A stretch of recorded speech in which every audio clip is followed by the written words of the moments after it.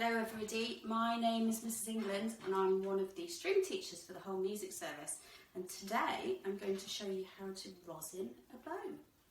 When you bring your violin case home, if it's anything like mine, you'll find like a little pocket at the end here, and often there's a little container in there, and that is going to be your rosin.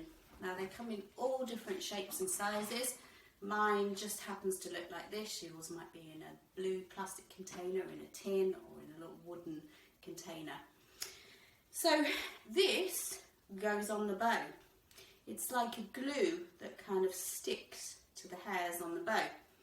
And if you've ever brought a new violin home and you try to pull the bow across the string, it just won't make a sound. And that's because there's no rosin on the bow. So this is what helps this make a sound. So you're going to get your little container out and open it. And first, remembering that you must tighten the bow. So when your violin bow is put away, it's loose. And when you get it out, you've got to turn it and make sure the hair on the bow is tight. Probably enough just to get your little finger through the middle there. Don't over tighten it.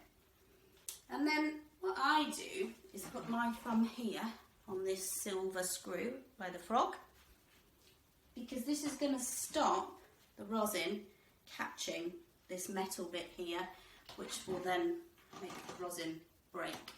So thumb here, this in that hand, and then you're going to want to go all the way up and down the bow like this. Now if you've got a new rosin that's never been used before, you might just have to do that just a little bit harder, put a bit more muscle into it, all the way up and down, particularly this bit here. Don't forget to rosin that bit. Your thumb's there, so it's going to protect the rosin, and keep going like this.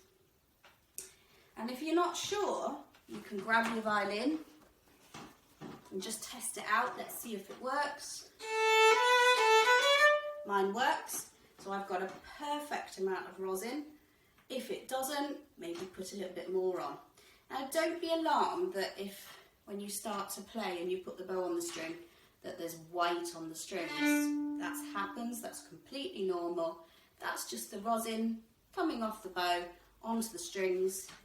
When you've finished, if that bothers you, little cloth, wipe it, pop it away. So I think a few things to be careful of is you don't want to put too much rosin on your bow. You can kind of over rosin it, and then the strings will get sticky, your bow will get really sticky, and you don't want that to happen. So I would suggest maybe rosining your violin once a week, or if you think it's not quite working properly, it's not making a good sound, it's a bit slippery, maybe twice a week, but not too much. And that's how you rosin a bow. And don't forget, when you've done your practice, loosen your bow. There we go. Pop it away and put your rosin away back in the little pocket at the end of the violin case. Thank you.